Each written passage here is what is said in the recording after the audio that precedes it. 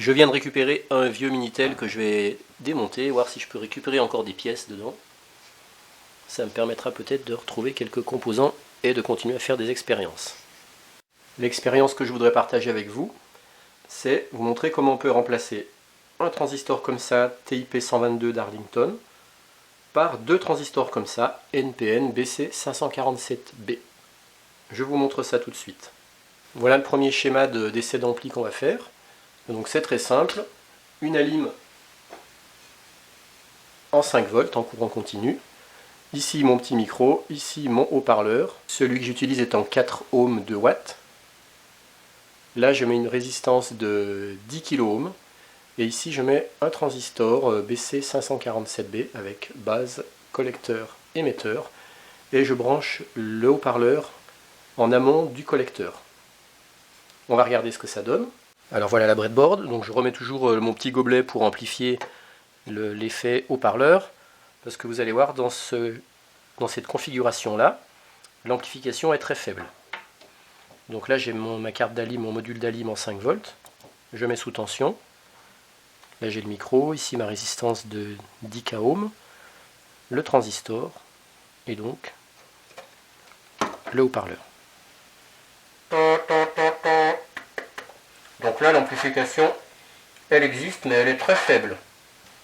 Alors maintenant on va remplacer ce transistor BC547B par un TIP 122 qui s'appelle un transistor d'Arlington. Donc le voilà. Alors à la différence du BC547, où je le rappelle, quand on met le côté plat vers soi, parce qu'on voit qu'il y a un côté arrondi qui est là, et puis le côté plat, ben, il est là. Donc quand on met le côté plat vers soi, eh bien on a collecteur à gauche, base au milieu, émetteur à droite. Eh bien le TIP 122, quand on le tient comme ça, à l'endroit, et là il est à l'envers, quand on le met à l'endroit, eh bien c'est base à gauche, base, collecteur, émetteur. Donc moi ce que je fais, je les tords comme ça elle rentre direct dans la breadboard. Là on voit bien, on retrouve bien base, collecteur, émetteur. Alors par rapport au schéma que je vous ai montré tout à l'heure, le seul changement qu'il y a, c'est qu'à la place de mettre le BC547B, eh bien maintenant je suis en train de mettre le TIP 122. Mais sinon c'est pareil, c'est-à-dire que je mets bien toujours le haut-parleur côté en amont du collecteur du TIP 122. Je remets sous tension, et là on entend déjà le bruit que fait le circuit. Et là si je parle, l'amplification est vraiment très puissante.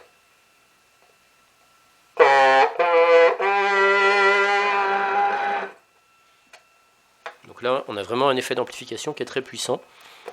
Alors je répète, là je fais des essais d'amplification, je ne dis pas que c'est ce qu'il faut faire, parce que peut-être que je mets en danger la vie de mon micro, ou la vie de mon haut-parleur, ou la vie de mon transistor.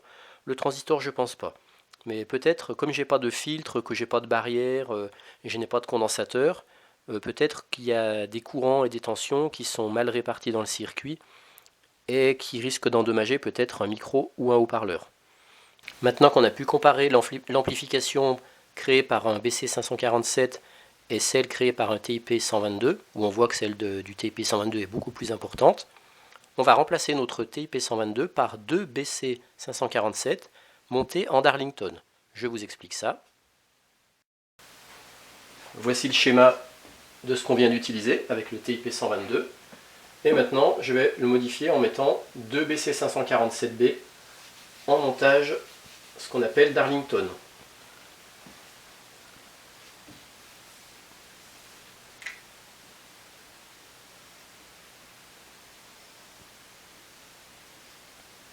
Ici, je vais avoir mon premier BC547B.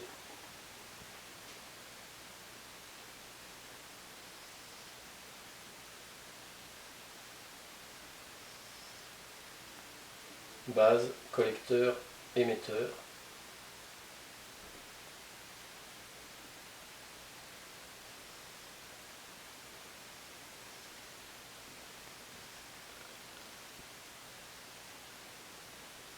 Base, collecteur, émetteur.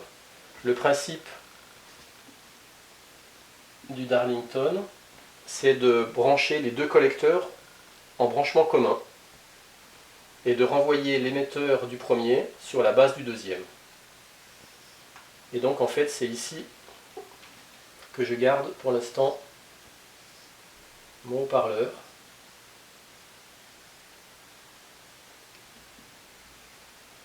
Et vous allez voir que ce type de montage produit le même effet qu'un TIP 122 qui est un transistor de puissance. Alors ça produit le même effet parce que j'utilise des petits courants et des faibles tensions. Allez, j'enlève le TIP 122. Donc toujours le côté plat vers soi, c'est plus pratique pour se rappeler. Hein. Collecteur base émetteur. Donc voilà mon premier transistor. Ça vient vers la base du premier. Alors le haut-parleur, il va venir avant le collecteur du premier et avant le collecteur du deuxième. Donc ici, je vais amener le collecteur du premier. Je vais brancher le moins de mon haut-parleur. Enfin, il n'y a pas de moins, mais ce qui arrive de mon haut-parleur, là. Je positionne mon deuxième transistor, toujours le plat côté vers moi. Je le mets par là.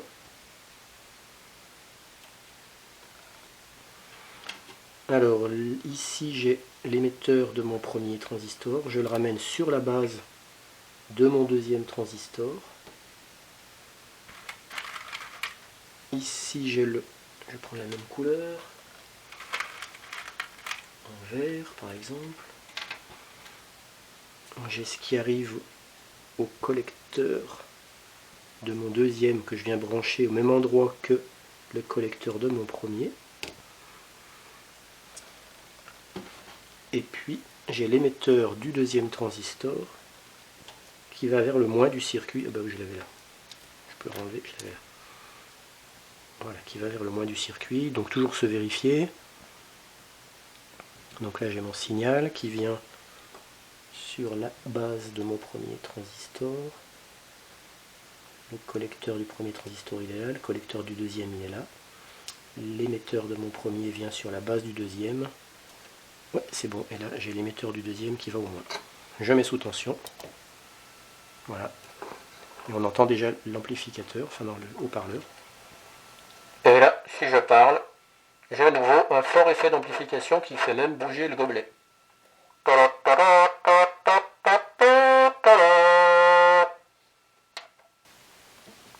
Donc voilà une petite expérience qui montre comment, à des faibles tensions et des faibles courants, on peut remplacer un TIP 122 par deux BC 547.